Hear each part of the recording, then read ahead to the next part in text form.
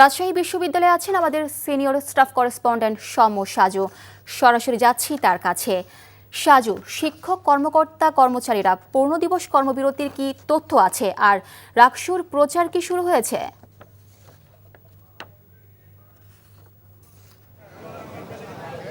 হ্যাঁ মিলি, আমি এই মুহূর্তে রাজশাহী প্রশাসন ভবন এবং যে সিনেট ভবন তার সামনে যে আমতলা সেখানে অবস্থান করছি।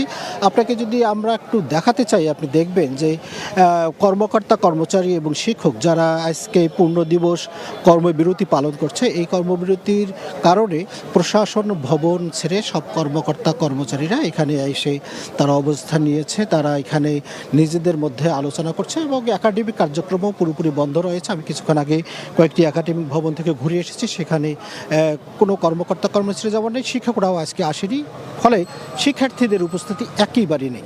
তো আজকে যে জরুরি সিন্ডিকেট সভা আহ্বান করা হয়েছে, সেই সভার এখন পর্যন্ত সময় জানানো হয়নি যে কখন সিন্ডিকেট সভা অনুষ্ঠিত হবে। তবে এই সিন্ডিকেট সভার সিদ্ধান্তের দিকে তাকিয়ে আছে শিক্ষক কর্মকর্তা কর্মচারী সবাই। আর রাকসু নির্বাচনের যে প্রচারণার কথা আপনি বলছেন, আজকে গতকাল যেহেতু এই যে প্রাতিষ্ঠানিক কোটার বাতিলের দাবিতে শিক্ষার্থীরা যে আন্দোলন কর্মসূচি করেছে, তারা রাত 3:30 পর্যন্ত এখানে ছিল।